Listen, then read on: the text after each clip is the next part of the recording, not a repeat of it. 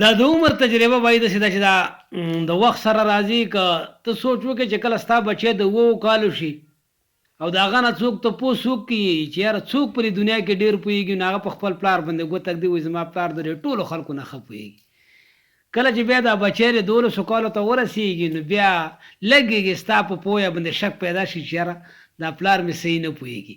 او کله چې 15 کالو ته ورسي نو بیا چې ته تپوس وکړې وایي مړه وایي پلار مې هېڅ څه نه دی خبر. او کله چې ستا بچی 22 کالو ته ورسېږي نو که څوک ورته وایي چې یاره پلار د داسې خبره کوله وایي چې مړه پرېږده د هغه دماغ کار نه کوي او ورته چې ویلې بس ګزاره ده کو بیا اوسه که. کله چې ستا بچی 15 کالو ته ورسېږي او هغه ته څوک وایي چې د پلار سره یې مشوره وکړه هغه وایي چې یاره زما د پلار دماغ کار نه کوي د هغه څه مشورو ته ضرورت نشته. او کله چې دی 28 کالو ته ورسي نو بیا په ذهن کې لږ عقل راشي و چې یاره بھائی پلار مې کله کله سمې خبرې کوي. او کله چې 22 کالو ته ورسي نو چې ته دې تپوس وکړې چې زه د بابا سره به مشوره وکړم. او کله چې 40 کالو ته ورسي نو بیا ول ارمان ورشي یاره وایي زما د پلار ډېره زیاته تجربه ده د هغه نه په غیر کارونه موږ له نه ښه کېږي.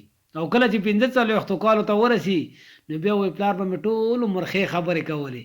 او چې کله دی 50 کالو ته ورسېږي نو بیا څه وایي کاش که پلار مې ژوندی وی ما به ته ډېر څه زده کړي وی.